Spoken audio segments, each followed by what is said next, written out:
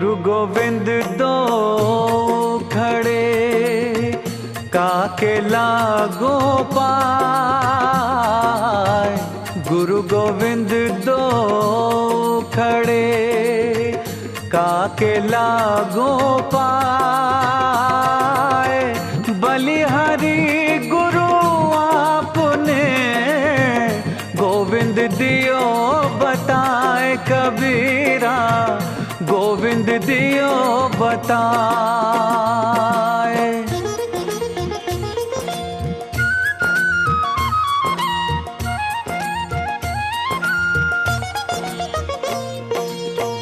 गुरु गोविंद सब एक है, बाकी सब आकार।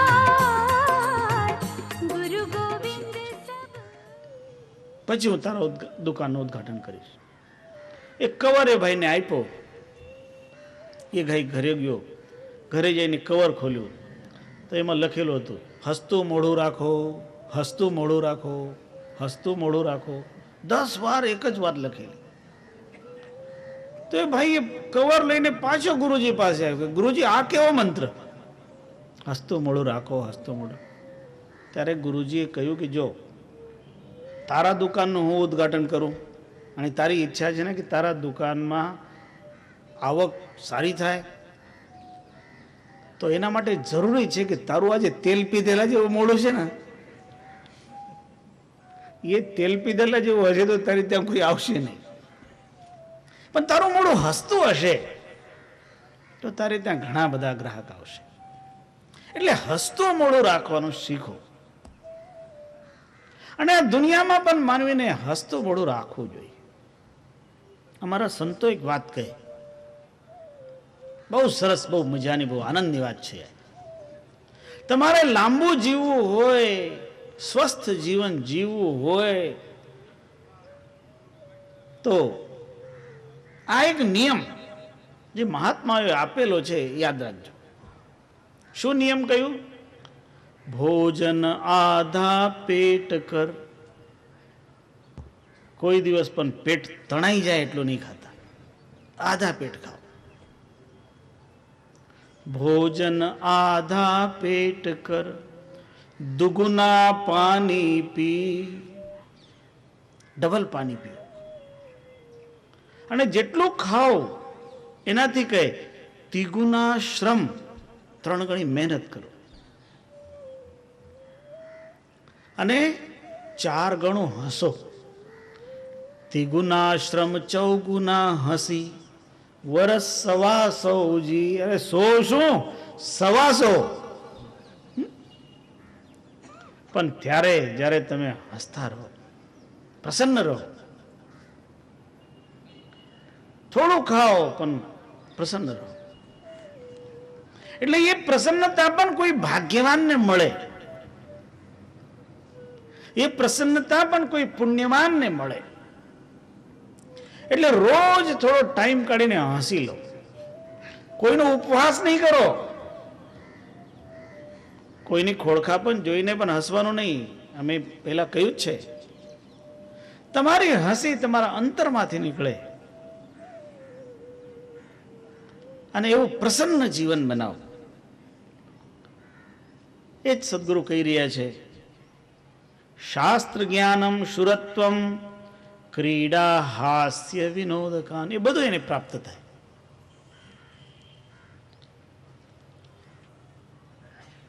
એટલે પરમાત્મા કૃપા કરે, માનવી સત્કર્મ કરે, એના કારણે એના જીવનમાં આવું બધું પ્રાપ્ત થાય. પણ એટલાથી જ પૂર્ણતા નથી. કારણ ફરી ફરી ચક્કર તો ચાલતો જ હોય. આ સંસારનું ચક્ર ચાલે. આપણી પાસે જેટલું જીવન છે એટલું આપણે આનંદને પૂરું કરીએ અને ફરીથી જે જીવન મળવાનું છે એવા જીવનને પણ આનંદથી વ્યતીત કરીએ એની તૈયારી કરીએ. આ જ જીવનમાં મુક્તિ મળી જાય તો સર્વશ્રેષ્ઠ. અને સાચી રીતે જે આ દાવ હાથમાં છે, આ દાવ ચૂકી ન જવાય. ચૂકી ન જાય તો વધારે છે. એટલે માનવ દેહનો મોકો સાચવી લેવાનો. આ માનવ દેહ પરમાત્માની બહુ મોટી કૃપા છે એટલે મળ્યો છે. હરિ કૃપા તબ જાનીએ દે માનવ અવતાર. પરમાત્માની કૃપા થઈ જ છે, એમાં કોઈ શંકાને સ્થાન નથી. તો માનવનો દેહ મળ્યો, નહીં તો બીજો કોઈ મળી ગયો હોત. માનવનો દેહ મળ્યો એટલે પરમાત્માની કૃપા થઈ. પરમાત્મા કૃપાળુ છે આપણા ઉપર. હવે જે છે, હવે આપણને જે કૃપા જોઈએ, ગુરુ કૃપા જોઈએ. હરિ કૃપા તબ જાનીએ દે માનવ અવતાર. ગુરુ કૃપા તબ જાનીએ મુક્ત કરે સંસાર. એ સંસારમાંથી મુક્ત કરાવે. બધા જ શોક, મોહ, લોભ, ક્રોધ આદિ બધા એમાંથી મુક્ત કરાવે. અને જીવન, આ જીવન પણ આનંદથી ભરપૂર, અને છેલ્લે પરમાનંદની પ્રાપ્તિ. એટલા માટે સદગુરુની આજ્ઞા પ્રમાણે માનવીએ ચાલવાનું છે. વિલસંતિ બહુન ભોગાન મંગલાની દિને દિને રાજ્યમ નિષ્કંટકમ તે ન મુંચેયુર્જન્મ મૃત્યુભી. પણ આ બધું પ્રાપ્ત થયું, પણ સદગુરુની કૃપા વગર જન્મ મૃત્યુમાંથી મુક્તિ નથી. એટલે દાનમ પુણ્યમ ચ હોમમ ચ તીર્થમ વ્રતમ તથૈવ ચ તદ્બલાન મનુજો ભૂત્વા પરામ યોનિમ ચ ગચ્છતિ. દાન, પુણ્ય, હોમ, યજ્ઞ, તીર્થ, વ્રત, આ બધા માનવતા પ્રાપ્ત કરવા માટેના સાધનો બની જાય. પણ માત્ર માનવતા પ્રાપ્ત કરી એટલાથી જ કલ્યાણ નથી. સદગુરુનું શરણ ગ્રહણ કરવું એ જરૂરી છે. પુણ્યમારાધ્યતે યૈશ્ચ પ્રાપ્યતે સુસુખમ ફલમ સુજન્મવા તથાપી ચ અંતે નરક એવૈ. પણ આ બધું કરીને સદગુરુની શરણ નહીં મળે તો ફરી ફરીને જ્યાં ત્યાં થઈ જાય. રાધ્યતે સદગુણો ધર્મસ તેષામ તો સ્વાર્ગિકમ ફલમ યૈ રજોગુણ સંમિશ્ર પ્રાપ્યતે મૃત્યુલૌકિકમ. મૃત્યુલોકના જે ફળ છે એ મૃત્યુલોકના ફળ સુખાદિક પણ વ્યક્તિ પ્રાપ્ત કરે. રજોગુણાત્મક ઉપાસના કરીને, તમો ગુણાત્મક ઉપાસના કરીને કષ્ટ સહન કરે. ઘણા લોકો બીજાના હૃદયને આંદોલિત કરવા માટે કઠોર તપ જેવું કરતા હોય, અને એનાથી બીજાને કષ્ટ પ્રાપ્ત થતું હોય તો એવા તપને તામસ તપ કહેવાય છે. અને જે તામસ તપ છે એ છેલ્લે અધોગતિએ લઈ જાય છે. એટલે માનવીએ તપ તો કરવાનું, પણ સાત્વિક કરવાનું. સાત્વિક જે હોય એની ઉર્ધ્વગતિ થાય, અને જે તમોગુણ છે એની અધોગતિ થાય. એટલે આપણે આ તમોગુણમાંથી બચવાનું છે. અને સદગુરુનો ઉપદેશ છે સાત્વિક બનવા માટે. એટલે સદગુરુ કબીર સાહેબે ઘણી જગ્યા તમોગુણનો ત્યાગ કરવા માટે કહ્યું છે, અને સત્વગુણને ધારણ કરવા માટે કહ્યું છે. કબીર સાહેબના ઉપદેશો પ્રમાણે સદાચારી જીવન બનાવવા માટે વારંવાર પ્રેરણા આપવામાં આવી છે. અને જે કોઈ જીવનને સદાચારી બનાવશે, સદગુણી બનશે, સદાચારી બનશે, તો એનો જે આ જીવન છે જીવન સુધરી જશે. માનવીના જીવનમાં આચારનું બહુ મોટું મહત્વ છે. આચારવાન પુરુષો વેદ, એવું શાસ્ત્રો પણ ઉલ્લેખ કરે છે. એટલે આપણે આપણા આચરણને શુદ્ધ રાખવાની કોશિશ કરવાની. આપણા શરીર દ્વારા કોઈને પીડા નહીં આપવાની, કોઈને ઉત્પીડિત નહીં કરવાનું, કોઈને દુઃખી નહીં કરવાનું, બીજાને દુઃખ નહીં આપો. બને તેટલું સુખ આપો. એ બીજાને સુખ આપવું એનું નામ જ ધર્મ છે. કારણ પરહિત સરીસ ધર્મ નહીં ભાઈ. બીજાને સુખી કરવા જેવું કોઈ ધર્મ નથી. અને પર પીડાસમ નહીં અધમાઈ, બીજાને દુઃખી કરવા જેવું કોઈ અધર્મ નથી. આપણે જ્યારે એવું કંઈ કર્મ કરીએ જેનાથી બીજા દુઃખી થાય, એવા કર્મ કરવાવાળા હોય. ઘણી વખત આપણે ટ્રેનમાં જઈએ તો મળે. ટ્રેનમાં આપણે બેઠા હોય અને સામો બેઠા હોય, એ ખિસ્સામાંથી સિગરેટ કાઢે અને પેટવે અને ધુમાડો કરે. આપણે બાકી આપણા આજુબાજુ જે હોય એણે કોઈ દિવસ સિગરેટનો ધુમાડો ન અનુભવ કર્યો હોય અને એને એવો ધુમાડો મળે તો તકલીફ થાય. હવે એ માણસ પોતે જે સિગારેટ પીતો હોય એ પોતે પોતાનું કાળજું જ બાળતો હોય, પણ એના કરતાં વધારે બીજાનું બાળતો. એ પાપનું કામ છે. સમજવું જોઈએ લોકો.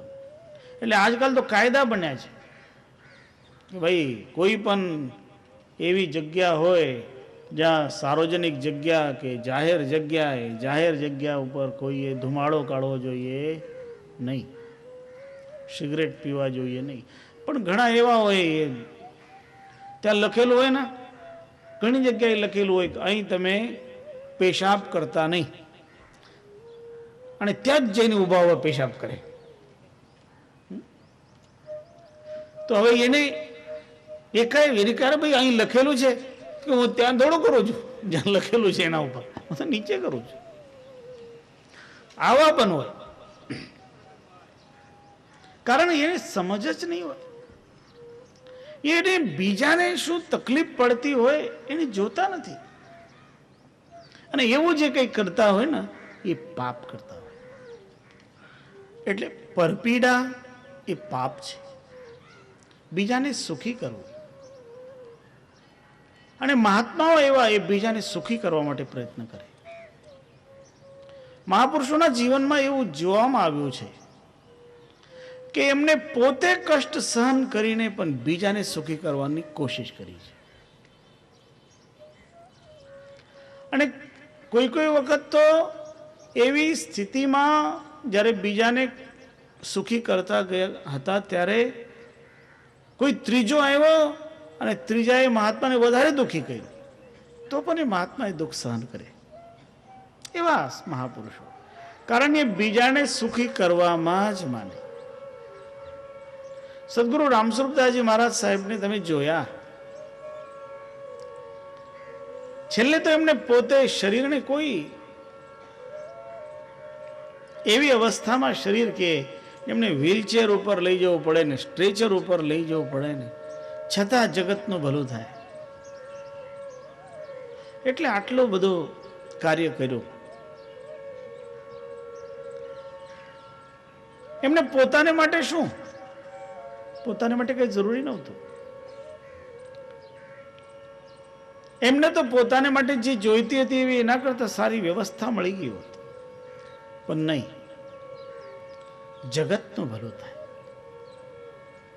અને એ જગતનું જે ભલું કરે એના માટે જે કાર્ય કરે ને એ જ મહાપુરુષ, એ જ વિભૂતિ, એ ધર્મ કાર્ય છે.